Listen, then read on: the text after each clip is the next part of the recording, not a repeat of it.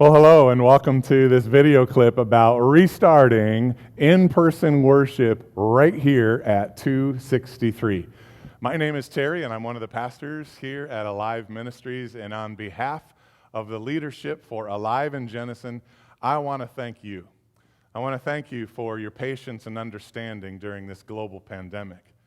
I truly believe that the foundation laid for personal discipleship using guided worship and the beginning of so many new home worship groups that will serve us well in enduring ways.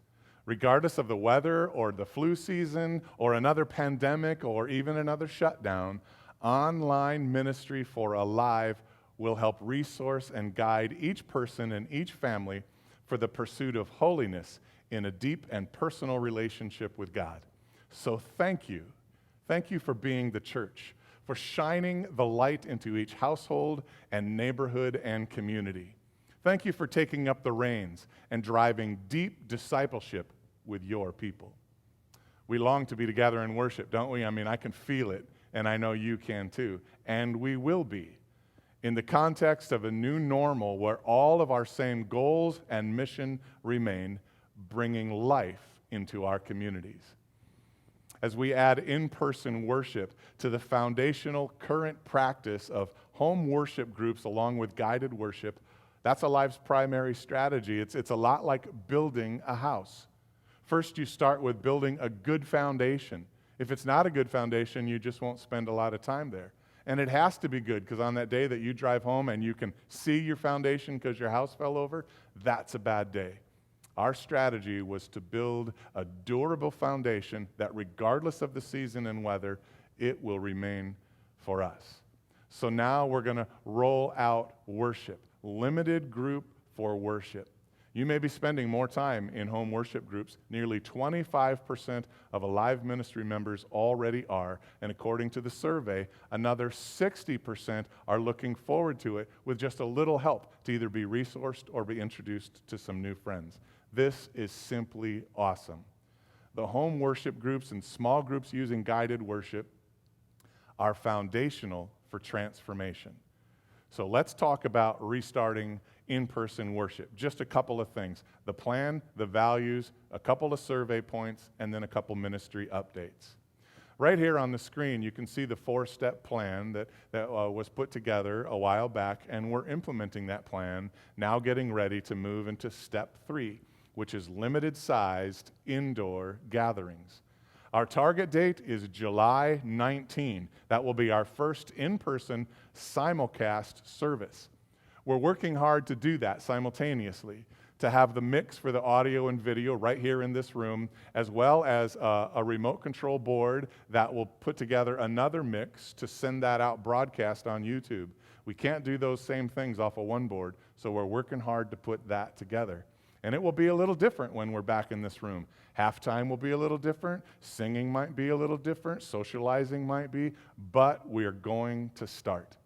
We've been following along even on the issue about singing, and Dr. Fauci recommends that singing is okay in an area with low rates of infection, just like ours. So we're going to put together a mostly as normal service as best as we can. But just like opening dates can change due to constantly changing environments, our service format is going to remain flexible as we track infection rates through the health department and as our community changes. On July 12, we're going to have a practice session. That'll be our first time that we move together all those elements that we've been doing during the week, recording the band and the announcements and the teaching time and everything else. It's been at different times on different days. And on that day, we're going to move it all into one place with a few guests, a couple of families, so that we can see how it feels to be live again, make sure all our technology works, and then again on July 19, here we go. Flexibility is one of our value statements, and we need to elevate that right now because we're not sure how fast our in-person count will grow. So we're going to start with that one Sunday service on the 19th and grow from there. More opportunities, more services. Home worship groups are just going to remain as that enduring platform, whether the weather is up or we're returning to a stay-at-home season or even planting an online campus or micro-churches. Whatever that is, I believe that Alive has created a firm foundation. You know, our value statements, along with our 4-step plan, is what helps us decide on how to make our decision. You can see it here. The full document is online if you'd like to see all the statements. This is just a summary. But it helps us determine our starting dates and how many people can be in the room, our procedures for sanitation, along with things like masks and distancing, and even our liturgical elements like singing. And the survey that you sent back to us helps us know what you think. We understand now that 53%, just over half of Alive, is ready to start now. Some only in small groups, some not till it's safe for large groups to get together, some not till there's a vaccine or after the fall or not at all. So we've learned a lot from that survey, so thank you for filling it out. To return into this space, you sent us 4 of your top important to you issues. And here they are: strict sanitation, social or physical distancing, wearing of masks, and a health check screening. So we're going to have sanitation stations at the entrances and around the worship center, and there's a cleaning plan for after each service for the worship center, for the children's centers, and for the restrooms. We're going to experience social distancing. We'll have groups of chairs of different sizes according to the numbers you sent in, some groups of 2, some groups of 8 or 10, 6 to 8 feet apart so that we can still be safe in this space. And masks. 77% of you said, yes, I will, out of respect for others. Good job. If you can medically tolerate a facial covering, we ask that you wear one for your safety and the safety of others.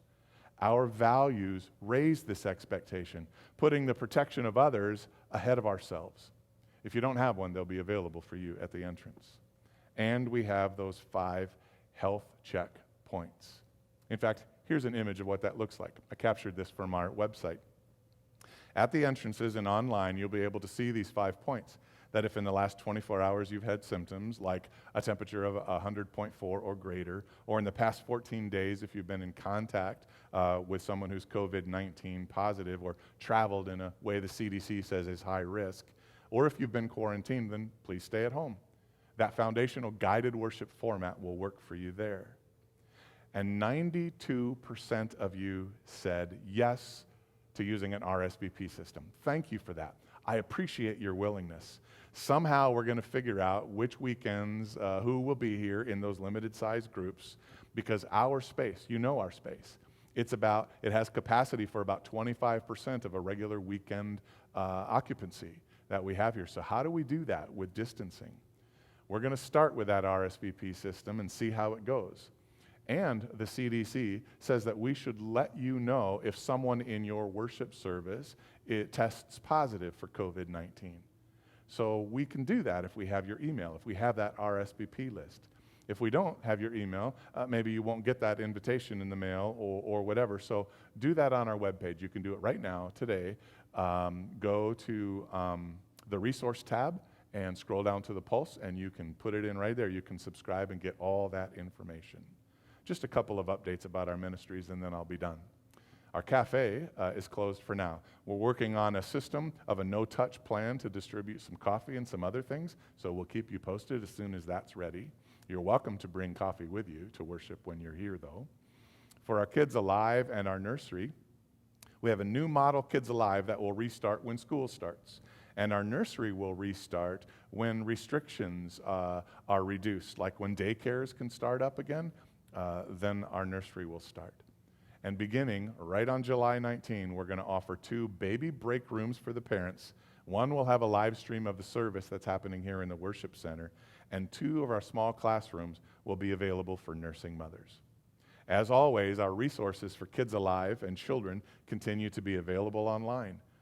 Activity kits will be available here on site for when we have children in worship, and there's a 6-week home kit of activities that are available for pickup. You can even make an appointment during the week, and we'll make sure that one is ready for you.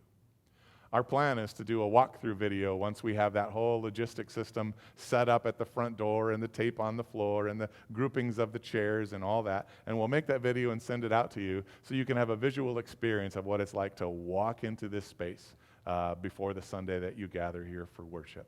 For more details about all this and the other ministries, or even to read the bullet points and the screenshots from this presentation video, just go to aliveinjenison.org for all the details.